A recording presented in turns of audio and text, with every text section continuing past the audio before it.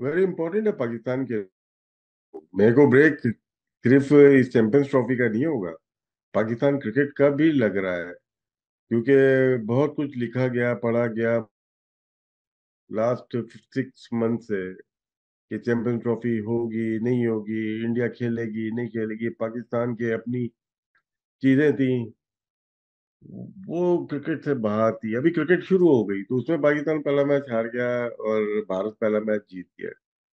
और champions trophy ऐसा tournament है जो कि सारी अच्छी टीम खेल रही हो, और उसमें मार्जिन कम होता है कि आप अगर एक दफा हार गए तो बड़ा मुश्किल होता है। 17 के वर्ल्ड कप में भी ऐसे ही होगा, पाकिस्तान पहला मैच हार गया था भारत से, फिर उसके बाद ट्राई की और वो निकल गया, आगे चला गया और जीत भी गए। इस दफा दोनों टीमों को देखते हैं तो पहली दफा लग रहा है कि पाकिस्तान वीक टीम लग रही है। फर्स्ट इंडिया जीती भी आई है हमें, लेकिन मुकाबला होता था जिस तरह से वो आखिरी ओवर तक गया, कैप्टनसी पे दोष देते भी मुकाबला गया, नो डाउट। लेकिन ये 100 ओवर 50 ओवर्स गेम है। इसमें आपकी बॉलिंग, आपकी फील्डिंग, आपकी बैटिंग, 50 ओवर खेलने का आपको तजुर्बा होना चाहिए अच्छी बॉलिंग के खिलाफ। इतना मुझे याद है इंडिया ने डोमिनेट किया। लोग बोलते हैं कि बैटिंग से इंडिया जीतता है, पाकिस्तान के जो विन हुई है ना इनकी, ये सारी बॉलिंग से हुई है। सिडनी 92, आप देखिएगा, बैंगलोर 96, 99 ओल्ड ट्रैफर्ड, 3 सेंचुरियन, उसमें बैटिंग भी थी, बॉलिंग ने रिस्ट्रिक्ट किया था।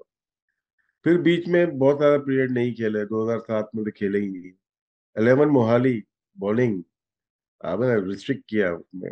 15 एडिलेड, इंडिया ने बड़ा स्कोर किया, इनको आउट ही कर दिया। फिर आप 19 में भी देख सकते हैं, फिर उसके बाद 23 में भी देख सकते हैं, अहमदाबाद में बहुत इंडिया की बॉलिंग एक्यूरेसी, स्पिन, पेस, सब कुछ हमारे पास तेज हुए हैं बहुत। लेकिन वनडे के स्पेशली टेस्ट मैच के रहे हैं तो इंडिया को यहाँ बॉलिंग का एडवांटेज होता है, फिंगर स्पिनर्स का भी और पेसर्स का भी हुआ है। तो मेरा ये मानना है, चाहे चंद लोगों में से, कि इंडिया की बॉलिंग इस दफा भी अच्छी है। नो डाउट जसप्रीत बुमराह नहीं है, लेकिन फिर भी इंडिया की बॉलिंग, स्पिनर्स, हम स्पिनर को अच्छा नहीं खेल रहे, स्पिनर बहुत डोमिनेट कर रहा है। और दुबई की जो उस पे तो मुश्किलात होगी। लेकिन क्रिकेट है, पाकिस्तान जब सब जाती है तो वहां से कोई ना कोई एक उठता है तलवार लेके। तो वो एक देखना है कि शायद कोई आ जाए कि अटैक करे, इंडियन बॉलिंग पे खेले, बाबा थोड़ा सा होश आ जाए। तो डिफिकल्ट है पाकिस्तान के लिए, लेकिन मुमकिन तो नहीं है ना। से नहीं आप। नहीं, चेजेबल नहीं, चेजेबल नहीं, पिच डिफरेंट थी। हम्म। जो अगेंस्ट साउथ अफ्रीका जीते ना 353, उनकी बॉलिंग वीक थी। हम्म। उनके पास ही छोटे मतलब हल्की पेस वाले बॉलर आए हुए थे, वो बॉलिंग कर रहे थे और फीड हो रही थी बॉलिंग ना। उनको नहीं पता, मारे जाओ मारे जाओ। फिर भी चेज करना बड़ी डिफिकल्ट होता है, ऐसा नहीं है। 353 बिग टारगेट पाकिस्तान ने इससे पहले अचीव ही नहीं किया। लेकिन ये पिच ड्राई पिच थी, अगर आप देखें ये, पाकिस्तान ने बॉलिंग अच्छी नहीं की। हमारे पास स्पिनर्स यूटिलाइजेशन, अगर आपने अबरार को पहले डाल दिया, 5 ओवर तो उसके खत्म हो गए। उसके बाद पार्ट टाइम बॉलर थे। पार्ट टाइम बॉलर के साथ हमेशा मेन बॉलर भी पार्ट टाइम लगने लगता है, क्योंकि उसकी यूटिलाइजेशन खत्म हो जाती है। फिर आप 30 ओवर के बाद लेके आओगे, आधे मैच से ज्यादा खत्म हो गया, फिर लास्ट में लेके आएंगे आप लास्ट 10 ओवर पे, तो मकसद ही खत्म हो जाता है। तो मुझे नहीं लगता था पाकिस्तान चेज कर पाएगा वो, बिल्कुल ऑनेस्टली बता रहा हूँ। 320 बिग टारगेट टारगेट था वो। हमने करवाए गलत इतने ज्यादा रन, बस ये आप कह सकते हैं। 270 280 तक बनने चाहिए थे, जो पिच की कंडीशन थी। और शायद ज्यादा था तो पाकिस्तान के लिए मुझे तो मुश्किल लग रहा था, क्योंकि फखर था ये हम्म। कि वो अगर ऊपर से अच्छा स्टार्ट देते बाकी ये लेके जाएंगे। फखर खेले ही नहीं, वो इंजर्ड ही हो गया।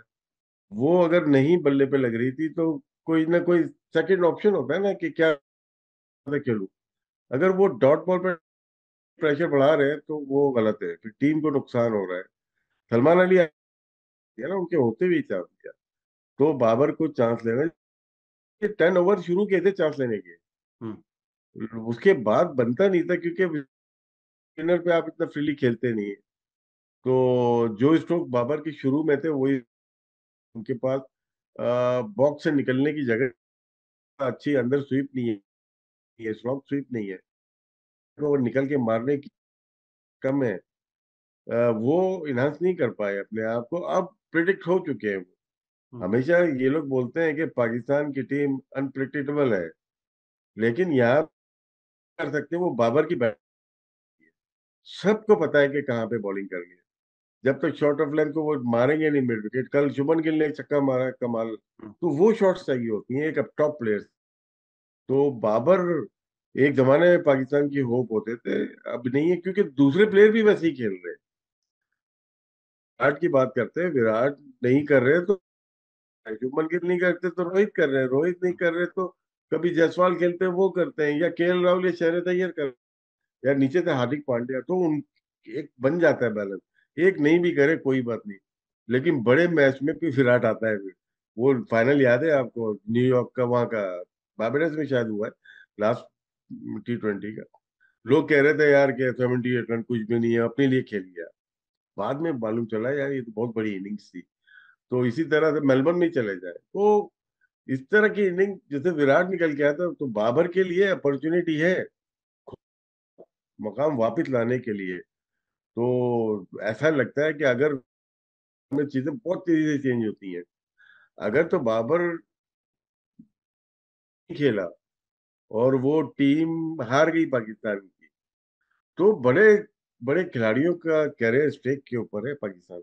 नहीं, 50 ओवर्स में शायद स्ट्रेटेजी ठीक है इंडिया की। 50 ओवर्स में ना आपको एक प्लेयर प्रॉपर बैटिंग करने वाला चाहिए, जो क्लब्स हो जाए। जैसे आपने लास्ट 23 वाला वर्ल्ड कप जो इंडिया में हुआ, उसमें केएल राहुल का बड़ा अच्छा शेर अय्यर के साथ पार्टनरशिप हुई है, एक विराट के साथ भी हुई है। उसमें प्रॉपर आपको क्रिकेट चाहिए। अगर सिर्फ मारने वाला चाहिए, वो आउट हो गया तो फिर डिजास्टर हो जाएगा, जैसे 19 के वर्ल्ड कप में इंडिया के साथ हुआ था। मारने वाले तो नहीं, 50 ओवर बहुत ज्यादा होते हैं। तो केएल राहुल नंबर की बात कर सकते हैं कि 6 नंबर गलत है उनका। हम्म। अगर ऋषभ पंत ऊपर खेलते हैं टेस्ट मैच में, 5 नंबर आ जाते हैं। केएल राहुल बेटर टेक्निक के साथ प्लेयर है, तो 5 नंबर उनको आना चाहिए था शहर अय्यर के साथ के बाद। वहाँ केएल, वहां पे वो अक्षर पटेल को कोई स्ट्रेटेजी होगी, लेफ्ट राइट का कर रहे होंगे, हम्म। लेकिन वहां बनते वो है। तो आपने ऋषभ पंत का बात बताया, वेरी गुड प्लेयर, हम तो बड़े वो है मद्दा है उनके। लेकिन स्ट्रेटेजी सही है इंडिया की कि केएल राहुल के साथ वो जा रहे हैं, क्योंकि सिर्फ पाकिस्तान का मैच नहीं है, के बाद भी मैच है, उसके बाद नॉकआउट है, उसके बाद फाइनल है। देखिए ये बड़ी चीज हुई है, अगर चैंपियंस ट्रॉफी पाकिस्तान आई है आफ्टर 29 ईयर्स आई है, ये हमारे लिए बहुत बड़ी चीज है। बाहर से ऐसा लगता है कि पाकिस्तान ऐसा कंट्री है, लेकिन यहाँ पे जो लोग आते हैं देखते हैं बोलते हैं यार ठीक है, अच्छा खासा कंट्री है ये।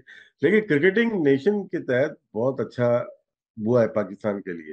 पहले हमने और दूसरी टीम के साथ भी किया, 87 का वर्ल्ड कप है, 96 का वर्ल्ड कप है, वो हमने ज्वाइंटली किए। लेकिन अब पाकिस्तान को एक मौका मिला है कि नेशन को, दुनिया को बताने के लिए we are the best host.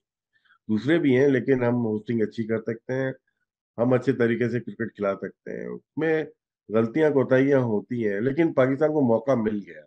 इसके बाद शिकायत हमें नहीं होनी चाहिए, हमें मौका नहीं मिला।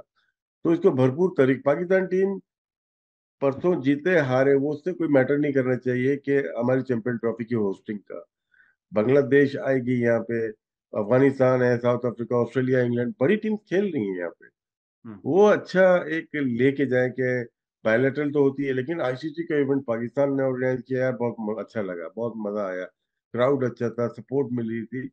तो ये एक अच्छा मौका मिल गया है पीसीबी को भी और पाकिस्तान, गवर्नमेंट ऑफ पाकिस्तान को भी, दुनिया को दिखाने के लिए भी कि पाकिस्तान अच्छा एक इवेंट करा सकता है। और फिर आगे देखते हैं, फ्यूचर में देखते हैं। खुशी तो होती कि भारत भी आता, हमें बहुत खुशी होती है और वेलकम करते, पास में आए हुए हैं।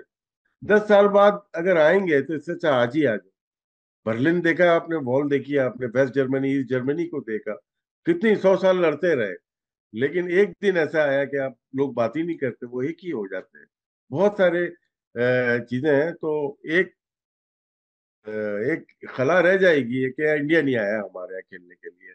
ठीक है, पॉलिटिकल रीजन है, हम उस पर आर्गुमेंट नहीं करते, लेकिन आता तो उस पे सोने पे सुहागा हो जाता, चार चार चैंपियन ट्रॉफी में। इंडिया की तरफ शुभमन गिल लग रहा है आजकल, जो चैंपियन ट्रॉफी लग रही है शुभमन गिल की लग रही है, कि मुझे हमेशा डर जो लगता है ना, वो रोहित शर्मा से लगता है।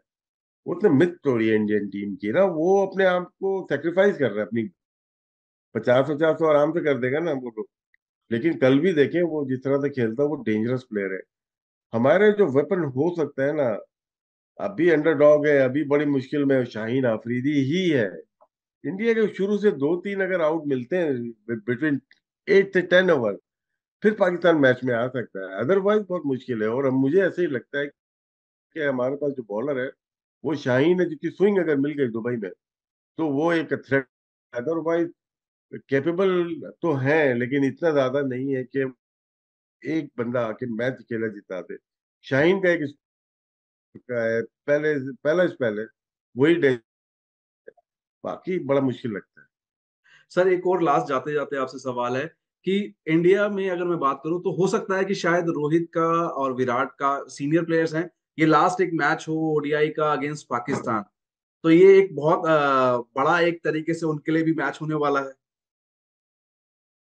उनका तो, हाँ, ये पाकिस्तान के खिलाफ भी, और आईसीसी का भी लगता है मुझे उनका आखिरी इवेंट है ये। तो 27 में शायद ना हो, क्योंकि इंडियन की बैटिंग लाइनअप आप देखें, जायसवाल इसमें है ही नहीं है, साय सुदर्शन इसमें है नहीं है।